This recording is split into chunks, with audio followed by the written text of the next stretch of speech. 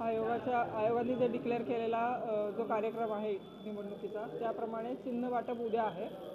चिन्ह वाटपासंदर्भात तीर्थक्षेत्र विकास आघाडीच्या लोकांचं जे म्हणणं होतं ते मांडण्यासाठी ते इथं आले होते. त्यांचं म्हणणं असं होतं की आम्हाला सगळ्यांना एक म्हणजे नगराध्यक्षापासून सदस्यापर्यंत सगळ्यांना आम्हाला एकच चिन्ह असावं अशी त्यांची मागणी होती. ती मागणी मांडण्यासाठी ते इथे आले होते आणि त्या संदर्भात नियम आणि काय आहेत, अटी आहेत ते त्यांना सांगण्यात आलं. याच्या व्यतिरिक्त मग हा जो काही निर्णय आहे तो उद्या होणार आहे. त्यामुळे रजिस्टर आघाडी जी आहे, कोणतीही आघाडी असू द्या किंवा एखादा पक्ष आहे, याला वेगवेगळे नियम आहेत का?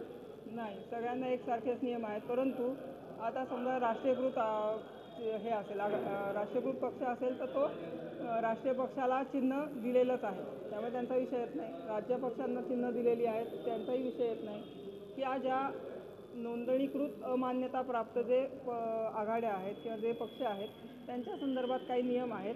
त्या नियमाप्रमाणे त्या आघाडीने म्हणजे नॉमिनेशन दाखल व्हायच्या आधी 3 दिवस त्यांना जर का एखादं चिन्ह हवं असेल तर कलेक्टर ऑफिसला अर्ज करणे अपेक्षित आहे. तो अर्ज केल्यानंतर तिथून त्यांना चिन्ह गोठवलं जातं, त्यांना चिन्ह दिलं जातं.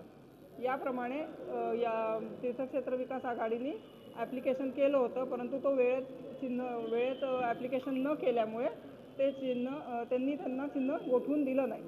त्यांचा विषय असा होता की ते चिन्ह इथं त्यांना मिळावं, ती मागणी सांगण्यासाठी ते इथं आले.